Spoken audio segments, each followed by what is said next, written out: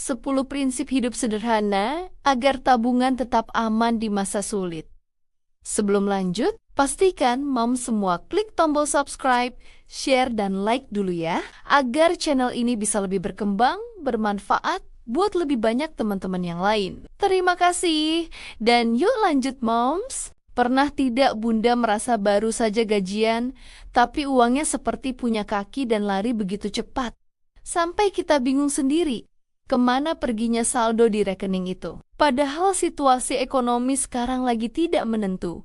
Harga beras naik, biaya sekolah melambung, dan rasanya mau hemat saja, susahnya minta ampun, padahal kita sudah berusaha sekuat tenaga menahan diri. Sebenarnya hidup sederhana itu bukan berarti kita pelit atau menderita, sampai tidak bisa makan enak, tapi lebih ke arah kesadaran penuh untuk menggunakan sumber daya yang kita punya hanya untuk hal-hal yang benar-benar memberi nilai dalam hidup. Menurut sebuah artikel dari Psikologi Hari Ini, kebahagiaan itu justru sering muncul saat kita bisa mengendalikan keinginan, bukan saat kita menuruti semua nafsu belanja yang tidak ada habisnya. Jadi mari kita bahas 10 prinsip hidup sederhana biar tabungan kita tetap aman sentosa meskipun badai ekonomi datang melanda, karena jujur saja, kesehatan mental seorang ibu itu seringkali berbanding lurus dengan isi dompetnya yang tetap tebal.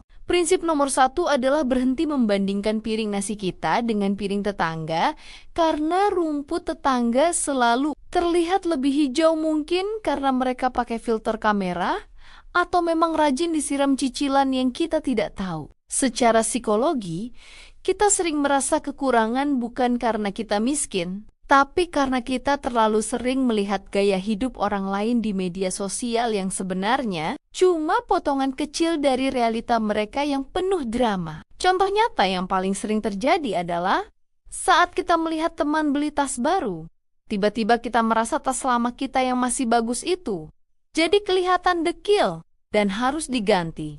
Padahal fungsinya masih sama saja untuk membawa botol minum anak. Prinsip nomor 2 adalah belajar membedakan antara kebutuhan yang benar-benar mendesak dengan keinginan sesaat yang muncul karena lapar mata, ikut tren, atau karena emosi sedang tidak stabil setelah lelah mengurus rumah tangga seharian. Banyak pengeluaran sebenarnya bukan berasal dari kebutuhan penting, tetapi dari dorongan sesaat ketika melihat barang lucu di toko online, diskon besar, atau melihat orang lain memamerkan barang baru di media sosial dan grup percakapan. Karena itu, kita harus mulai lebih jujur kepada diri sendiri sebelum membeli sesuatu. Tanyakan pelan-pelan dalam hati, apakah barang ini memang dibutuhkan untuk kehidupan sehari-hari?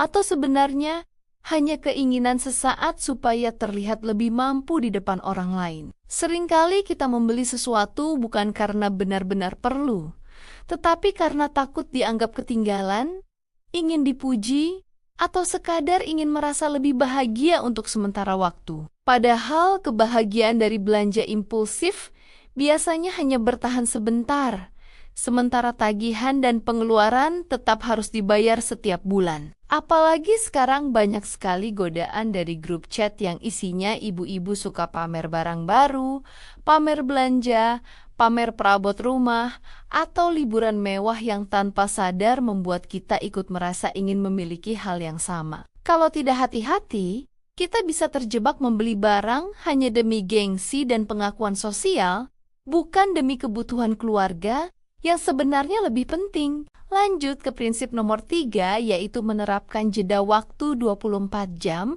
sebelum memutuskan untuk membayar belanjaan yang sudah ada di keranjang aplikasi belanja daring, agar emosi kita mendingin dulu. Kadang kalau lagi kesal sama suami, pelariannya malah ke belanja daring. Padahal setelah barang sampai, kita malah bingung mau ditaruh mana karena rumah sudah penuh sesak dengan barang tidak berguna. Prinsip nomor 4 adalah memasak sendiri di rumah dan membawa bekal setiap kali pergi keluar, karena biaya jajan di luar itu kalau dikumpulkan bisa buat beli emas batangan tiap bulan. Bayangkan saja harga kopi kekinian yang sekali beli bisa dapat 2 liter minyak goreng, Kalau kita bisa tahan diri sedikit saja, maka tabungan masa depan anak-anak bakal lebih terjamin dan aman. Prinsip nomor 5 adalah fokus pada kualitas barang, bukan kuantitas karena membeli barang murah, tapi cepat rusak.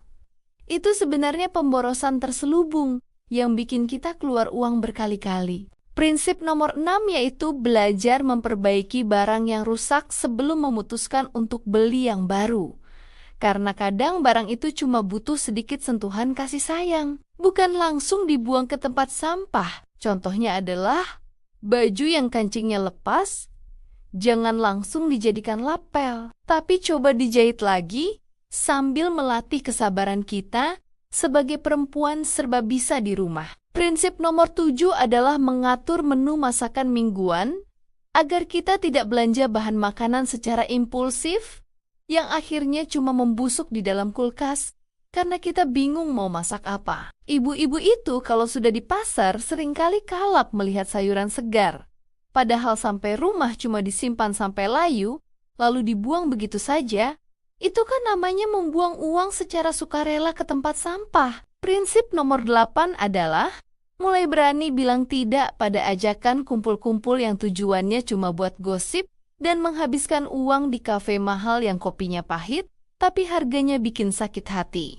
Prinsip nomor 9 adalah memanfaatkan barang yang sudah ada secara multifungsi agar kita tidak perlu beli banyak perabotan yang cuma bikin rumah terasa sempit dan sumpek. Misalnya menggunakan wadah bekas es krim yang legendaris itu untuk menyimpan bumbu, dapur, atau perlengkapan jahit daripada harus beli kotak penyimpanan baru yang harganya lumayan mahal. Prinsip nomor 10 yang paling penting adalah mensyukuri apa yang kita miliki saat ini, karena hati yang bersyukur adalah kunci utama agar kita tidak merasa kekurangan terus-menerus di tengah dunia yang konsumtif ini. Psikologi seorang ibu yang tenang dan bahagia akan menularkan energi positif ke seluruh anggota keluarga sehingga suasana rumah jadi lebih adem meskipun tabungan kita sedang dalam mode berjuang. Kita semua tahu bahwa menjadi ibu di zaman sekarang itu tantangannya luar biasa. Tapi dengan kesederhanaan kita sebenarnya sedang membangun benteng perlindungan yang kuat untuk keluarga tercinta. Memang tidak mudah mengubah kebiasaan lama yang sudah mendarah daging. Apalagi kalau melihat diskon akhir tahun yang tulisannya besar-besar dan menggoda iman kita di pusat perbelanjaan. Kadang kita juga butuh sedikit kritik pada diri sendiri. Apakah selama ini kita belanja cuma buat nutupi rasa hampa di hati? Atau memang untuk kebahagiaan keluarga yang hakiki? Hidup sederhana itu adalah sebuah proses belajar yang tidak ada selesainya. Jadi jangan berkecil hati. Kalau sesekali kita masih hilaf beli barang yang sebenarnya tidak terlalu penting. Mari kita bangun optimisme bahwa sekecil apapun penghematan yang kita lakukan hari ini akan menjadi penyelamat di masa sulit yang mungkin akan datang kapan saja tanpa permisi. Semangat terus buat semua ibu-ibu hebat di luar sana karena tangan kita yang mengatur keuangan adalah penentu. Apakah kapal rumah tangga ini akan tetap berlayar tenang atau terombang-ambing badai? Percayalah bahwa dengan hidup sederhana, kita tidak sedang kehilangan apa-apa, melainkan sedang memenangkan ketenangan pikiran dan masa depan yang jauh lebih cerah dan bahagia. Terima kasih, Moms. Semua sudah menemani dan mendengarkan ceritaku sampai akhir. Sampai ketemu lagi di video-video berikutnya. Jangan lupa share video ini ke teman-teman lain ya.